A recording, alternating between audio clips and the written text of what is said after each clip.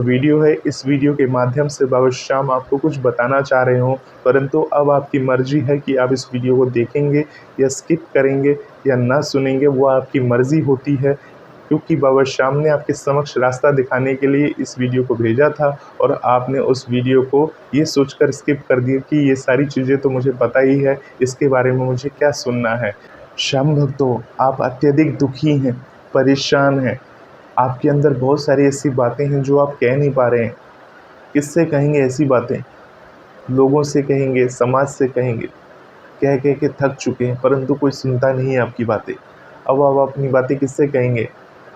तो आज मैं आपको इस वीडियो के माध्यम से बताने वाला हूँ कि बाबा श्याम से आप किस प्रकार से बात कर सकते हैं, उनसे अपनी बातें रख सकते हैं, कह सकते हैं। बाबा श्याम भी आपसे बातें करेंगे, परंतु आपके साथ ऐसी चीज़ें होनी चाहिए। ऐसी 4 बातें मैं आज आपको इस वीडियो के माध्यम से बताने वाला हूँ।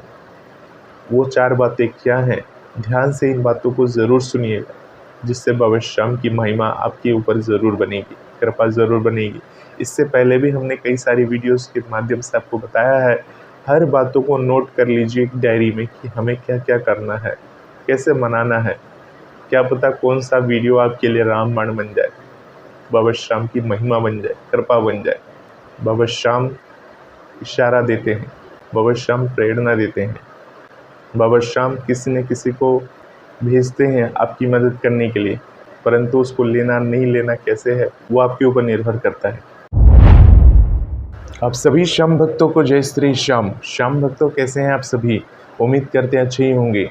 श्याम भक्तों, हमारी ज़िंदगी में दुख दर्द बने हुए हैं। अगर हम किसी कारण से परेशान हैं या दुखी हैं, या हमारी ज़िंदगी में ऐसे कारण बन गए हैं जिससे हम मानसिक रूप से परेशान रहते हैं, तो अपनी बात हम किससे बोलें, किससे कहें अपनी बातें? हम अपने परिवार वालों से नहीं कह सकते। अगर कहते हैं तो वो हमारी बातों को सुनते हैं, परंतु ज़्यादा कुछ कर नहीं सकते। तो ऐसी स्थिति में हम अपनी बात किससे कहें ताकि हमारा मन हल्का हो जाए? जो हमारा सबसे विश्वसनीय मित्र होता है या हमारा परिवार का सदस्य होते हैं, उनसे हम अपनी दिल की बात को कहते हैं, जिससे हमारा मन कुछ हल्का हो जाता है। इसी प्रकार से हम कभी-कभी क्या होता है, कुछ ऐसी स्थिति में पहुंच जाते हैं कि वो बातें हम किसी से कह नहीं सकते, बता नहीं सकते। तो ऐसी स्थिति में हमें क्या करना चाहिए? हमें किसकी शरण में जाना चाहिए? तो एक ही रास्ता है, हमें देवी देवता की शरण में जाना चाहिए। अगर आपके इष्ट देवता बाबा श्याम हैं, बालाजी महाराज हैं या कोई भी देवी देवता हैं, तो उनके समक्ष जाकर आपको प्रार्थना करनी चाहिए। और किस प्रकार से आपको भगवान से बात करनी चाहिए, किस प्रकार से अपने मन की बात बोलनी चाहिए, आज इसके बारे में इस वीडियो में पूरी जानकारी देने वाला हूँ। पूरा वीडियो को लास्ट तक ज़रूर देखिएगा। इस वीडियो के माध्यम से आज मैं आपको बताऊंगा कि भगवान से आप किस प्रकार से बात करेंगे और भगवान से अपनी बातों को किस प्रकार से रखेंगे, क्या-क्या करना होगा आपको।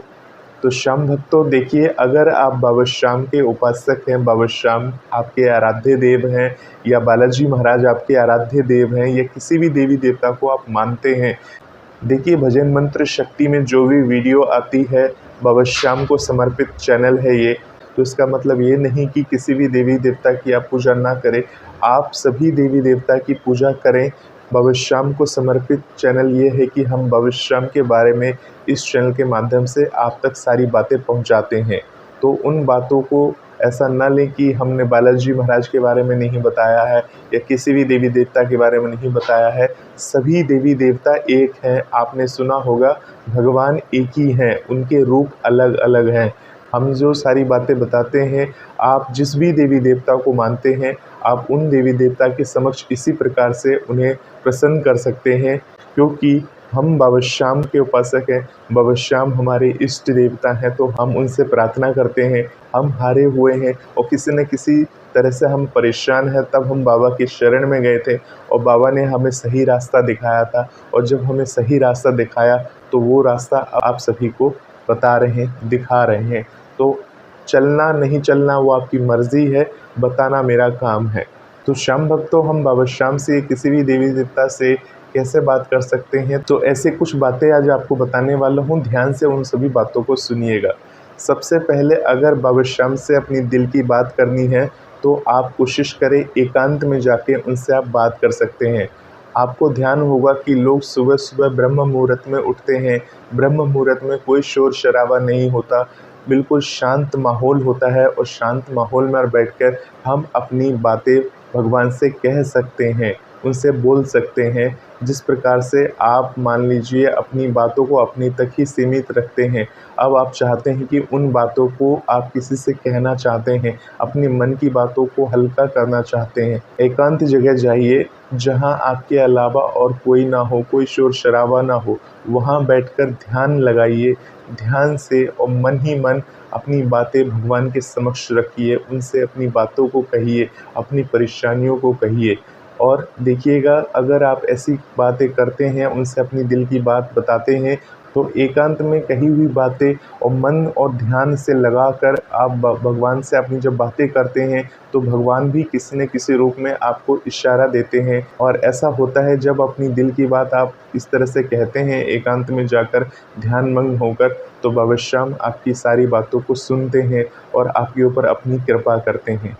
तो इस तरह से आप बाबा श्याम तक अपनी बातों को पहुंचा सकते हैं, उन्हें कह सकते हैं। यानी कि आप जिस प्रकार से सुबह उठने के बाद हम मेडिटेशन करते हैं और ध्यान मन लगा के ओम का उच्चारण करते हैं और ओम में ही खो जाते हैं, तो देखिएगा उस समय जब आप ध्यानमग्न होंगे, एकांत में जाकर जब आप बाबा श्याम से अपनी दिल की बात कहेंगे, उस समय आपके मन में कोई और विचार नहीं चलना चाहिए।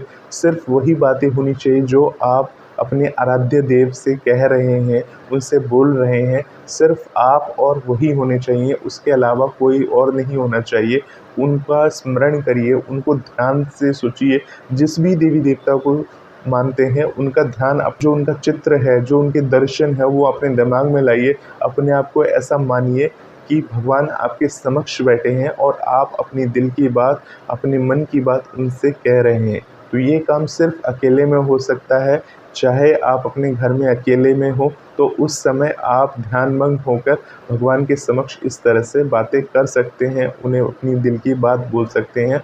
और देखिएगा अगर आप इस तरह से करते हैं, तो बाबा श्याम आपकी बातों को सुनते हैं और जब बाबा श्याम तक आपकी बात पहुंचती है, तो बाबा श्याम उन बातों को सुनकर उस पर जल्द मोहर भी लगाते हैं। चलिए अब दूसरी बात ये है कि अगर आप अपने घर में हैं, तो घर में अपने मंदिर के समक्ष जहां आप पूजा पाठ करते हैं बाबा श्याम की, आपने छोटी शीश वाली मूर्ति रखी हुई है, उनके समक्ष बैठकर आप उनसे प्रार्थना कर सकते हैं, उनसे कह सकते हैं। अब आप कहेंगे कि हम तो वो हर रोज़ करते हैं, परंतु बाबा श्याम ने हमारी आज तक नहीं सुनी।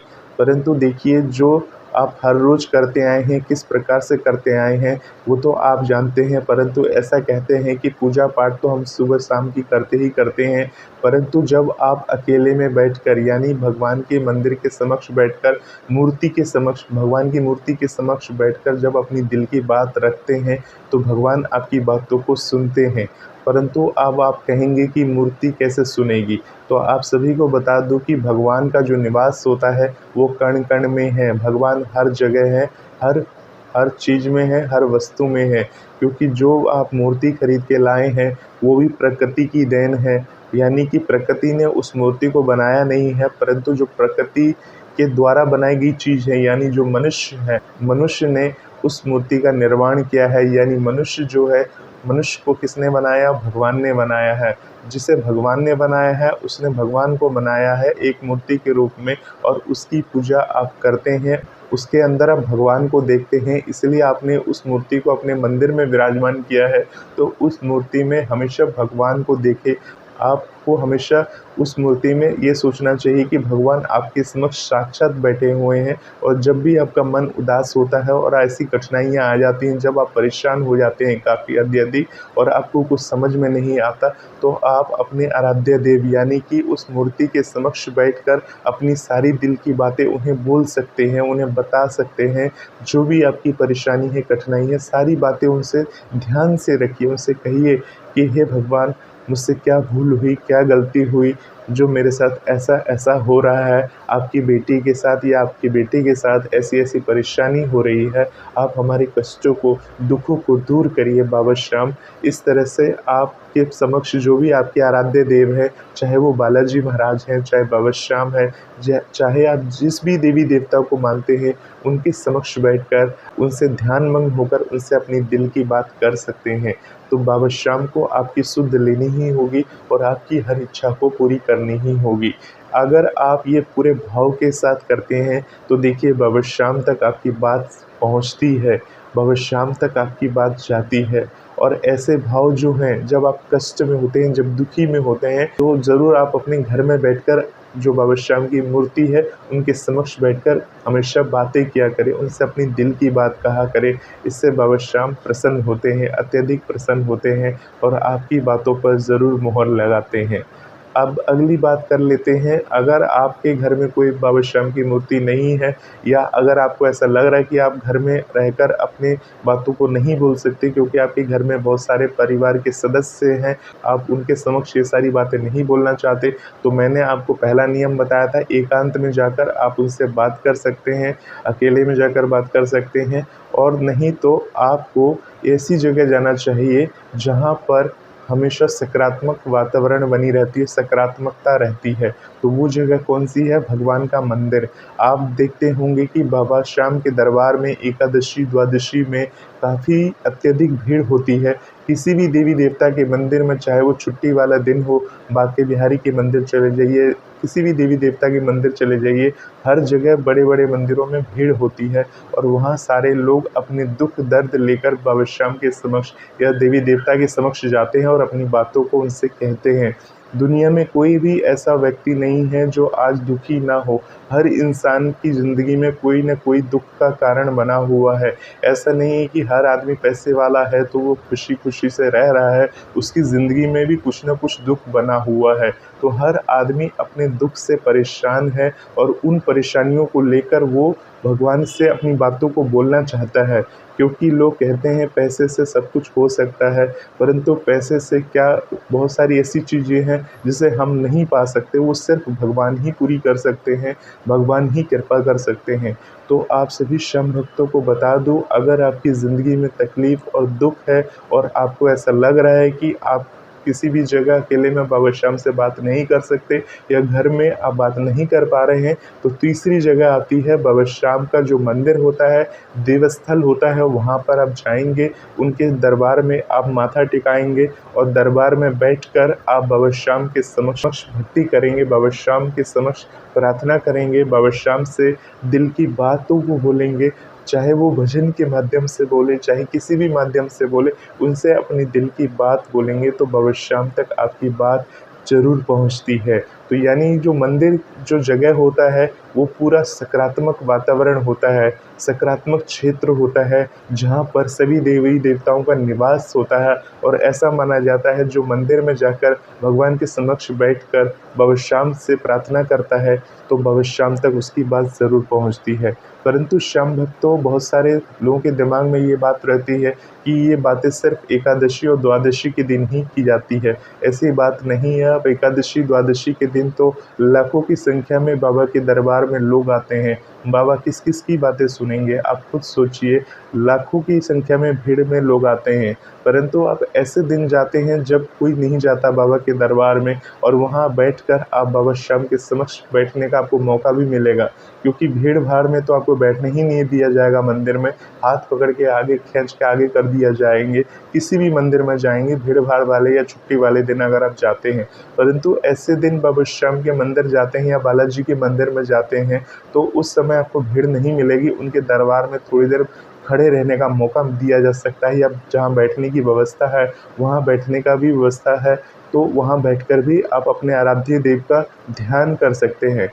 अब बात करते हैं खाटू धाम की। तो खाटू धाम में तो आपको लाइनों से होते हुए दर्शन करके और थोड़ी देर वहाँ रुकते हैं, यानी कि 2-3 मिनट रुक के बाबा श्याम के दर्शन करते हैं तो 2-3 मिनट के अंदर ही आपको अपनी सारी बातें बोलनी पड़ती है। परंतु ऐसी बात नहीं है श्याम भक्तों, आप बाबा के दर्शन करके बाहर आने के बाद दरबार में कोई जगह आपको मिले, वहाँ जाकर आपको बैठकर बाबा श्याम के मंदिर के समक्ष बैठकर, यानी कि जो दरबार है उनका दरवाज़ा है उसके समक्ष बाहर बैठकर बाबा श्याम से ध्यान लगाइए। शर्म मत करिए कि मैं ज़मीन पे बैठा हूँ, सड़क पे बैठा हूँ। वहीं बैठकर, वहाँ खड़े होकर, चाहे बैठ जाइए चाहे खड़े हो जाइए, खड़े होकर बाबा श्याम से अपनी दिल की बात भजनों के द्वारा या अपनी किसी भी तरह से जो भी आपके भाव हैं उस भाव की तरह उनसे अपनी बातों को रखिए, उनसे अपनी बातों को कहिए।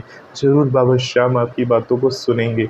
और आपके घर के नज़दीक में आसपास में कोई जो मंदिर है बाबा श्याम का, या कोई भी मंदिर है बालाजी का या भगवान श्री कृष्ण के या माता रानी का, किसी भी देवी देवता का मंदिर है, वहाँ जाकर भी आप बैठ कर, क्योंकि वहाँ बैठने की सुविधा होती है, वहाँ थोड़ी देर बैठकर 10 मिनट 15 मिनट जितनी देर आपके पास समय है आप अपनी बातों को रख सकते हैं। मंदिर में बैठकर आप बाबा श्याम के समक्ष अपनी बातों को रखिए, उनसे अपनी बातों को कहिए।